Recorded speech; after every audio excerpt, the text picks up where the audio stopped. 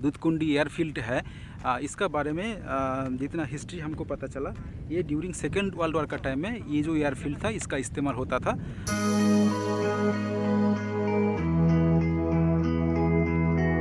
Good morning internet, welcome back to my channel. अभी सुबह का टाइम हुआ है 10:20 10:20 in the morning. So today I have a plan to visit one place this called Dudhkundu air base.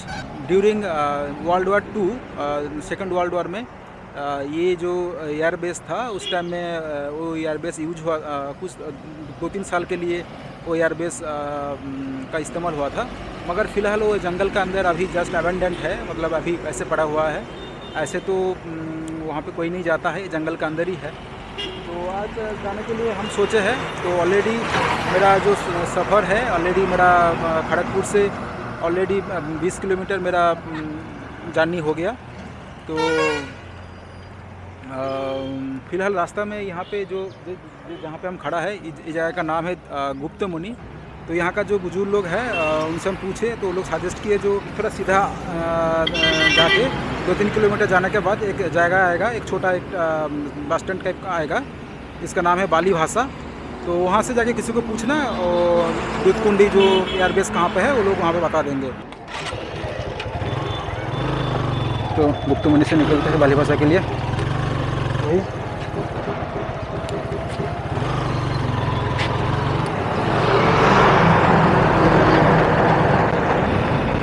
driving National Highway 6.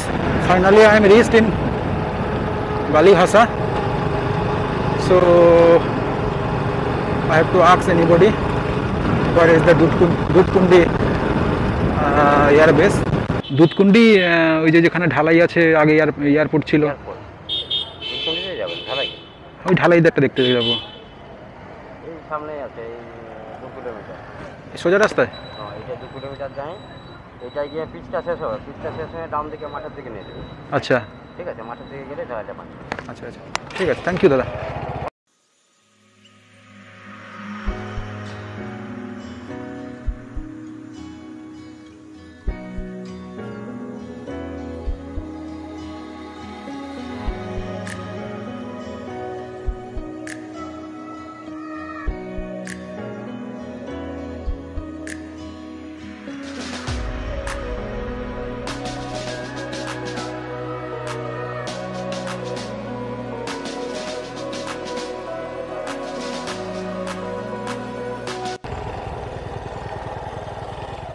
लग रहा है हम शायद पहुंच गए, यही शायद दिखाई दे रहा है, यही शायद दूधकुंडी का जो एयरफील्ड है, शायद यही का पूछना पड़ेगा, शायद वही तो लग रहा है।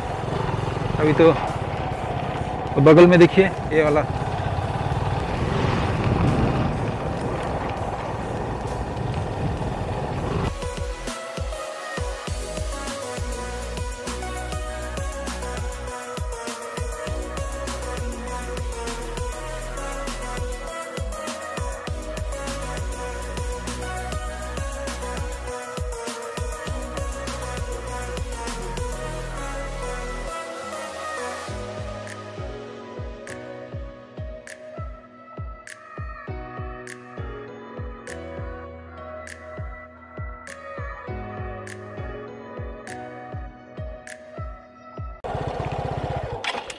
এই এটা কত দূর আছে এটা এই যে ঢালাইটা? এটা সেই ওই জঙ্গল আছে একটা ওইখান পর্যন্ত। হাতি আসে না এখানে? হাতি আছে। কখন কখন আসে? ওই মাঝে মাঝে আসে, তো কিছু থেকেও যায় অনেক সময়। এখনো আছে? এখনো থাকে, মানে সব সময় থাকে না, ওই 2-4টা সব সময় থাকে, এখনো আছে, 1-2টা আছে। কোথায় থাকে? এই জঙ্গলে। এই জঙ্গলটায়? বাবা, বেরিয়ে আসে না? বেরিয়ে আসে ও রাত্রিবেলা। রাত্রিবেলা, দিনের বেলা আসে না? এবেলা 6টা-7টার পরে জল পেতে পারে। আপনার সাথে কথা বলছিস, কাজের সময় নষ্ট হচ্ছে না তো? না না না। আচ্ছা আচ্ছা, ভাবা যায় যে আপনারা এমন জায়গায় আছেন, দ্বিতীয় বিশ্বযুদ্ধের সময় এখানে প্লেন नामतो। दूधकुंडी एयरफील्ड है, इसका बारे में जितना हिस्ट्री हमको पता चला, ये ड्यूरिंग सेकेंड वर्ल्ड वॉर का टाइम में ये जो एयरफील्ड था इसका इस्तेमाल होता था। 1942 से 1945 इसी 3 साल ये जो एयरबेस था ये एयरबेस का आपका इस्तेमाल हो चुका था ड्यूरिंग सेकंड वर्ल्ड वॉर का टाइम में। जो दो पक्ष थे सेकंड वर्ल्ड वॉर में, जो एक्सिस में थे, एक्सिस ग्रुप में जो थे वो थे इताली, आपका जापान एंड जर्मनी, और आपका जो अलाइज ग्रुप में थे वो थे ग्रेट ब्रिटेन, आपका America, United states of America, और आपका चाइना एंड आपका रसिया। B-24 के लिए ये जो एयरबेस था ये बना हुआ था। बाद में जब अमेरिका का जो कुछ एक स्क्वाड था, जो 444 जो बम स्क्वाड था, उन लोग इस्तेमाल करते थे B-29। मतलब B-29 के लिए तब तक ये आपका जो एयरबेस था इतना छोटा था, तो इसका अपग्रेड करना शुरू हुआ। ये अपग्रेड करना शुरू हुआ था दिसंबर 1943 में। तो फिर फाइनली 42 से तक ऐसे चल रहा है, मगर अपग्रेड करने का शुरू हुआ है दिसंबर 1943, और ये अपग्रेडेशन ख़त्म हो गया जुलाई 1994 में। तब यहाँ पे जो अमेरिका का एक सोल्जर ग्रुप 444 जो बम स्क्वाड थे, उन लोग B-29 के लिए यहाँ पे इस्तेमाल किए थे। आर्मी जो बैरक होता है उन लोग यहाँ पे शुरू किए थे।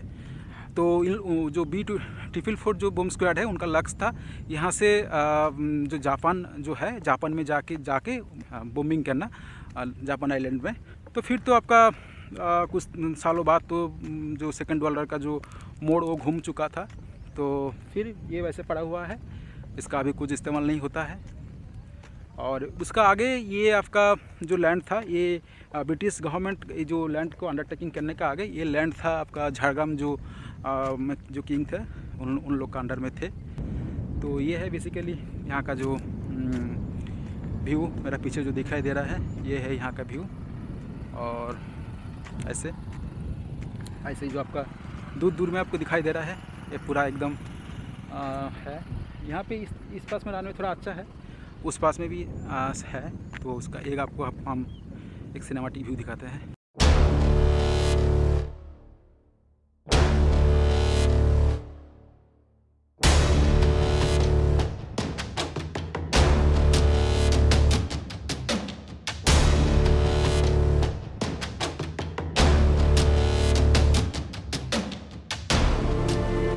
रनवे का हम डिस्टेंस कैलकुलेट करने का कोशिश करें। अभी हम है जस्ट रनवे ख़त्म हो रहा है, मतलब जो गांव का रोड आके ख़त्म हो रहा है, रनवे शुरू हो रहा है। तो अभी जो मतलब मेजरमेंट करेंगे, अभी मेरा जो बाइक में जो किलोमीटर का जो मीटर है वहाँ पे शो कर रहा है अभी 5.8। तो देखते हैं कब खत्म होता है।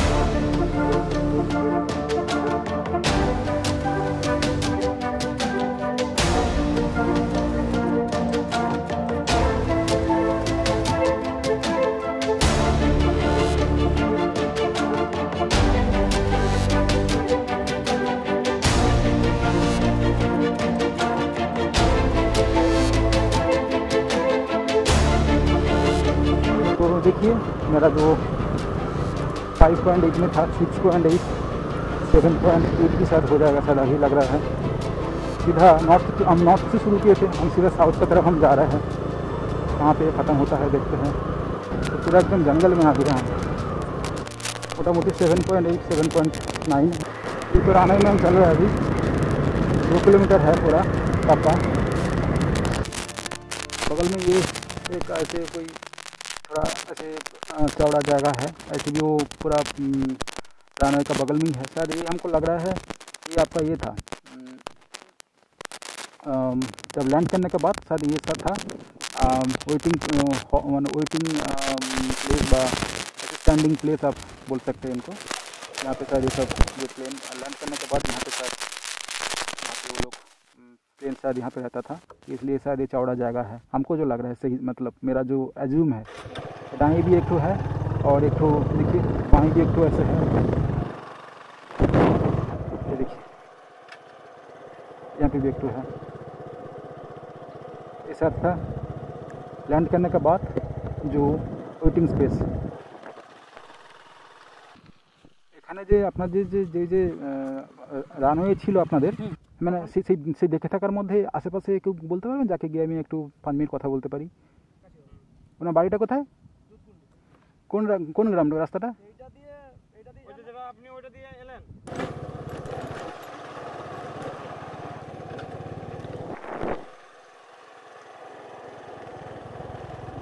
দ্বিজেন মাহাতো বাড়ি কোথায়? দ্বিজেন মাহাতো এদিক দিয়ে?